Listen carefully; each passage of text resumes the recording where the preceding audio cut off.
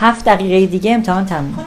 ما نخونیم تو پس صحبت نکنید، بنویسید. اسم تو بنویس. خانم نوشتین روی برگه اول فقط نوشتید، رو 4 صفحه بنویس نام کلاس، نام دبیر. آها باشه. بچه‌ها دیگه امتحان تمومه، ان شاءالله موفق باشید. دیگه برگه رو تحویل بدید. دیگه هر چی نوشتید. حالا با 2 دقیقه شما کارتون راه میفته.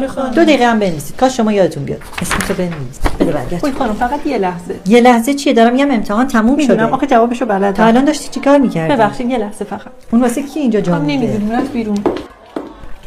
همه رفتن فقط شما موندی ها.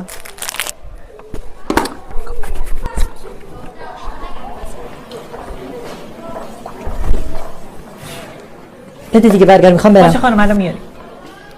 دیگه تحویل بده برگر، کافیه دیگه. خانم 2 ثانیه فقط. اصلا این تخلفی که من اینقدر گذاشتم اضافه بمونی. فقط جوابا رو چک کنم تمومه. خانم تموم. خانم فقط این یه سوال. برگرتو دیگه نیا، من تحویل نمیگیرم.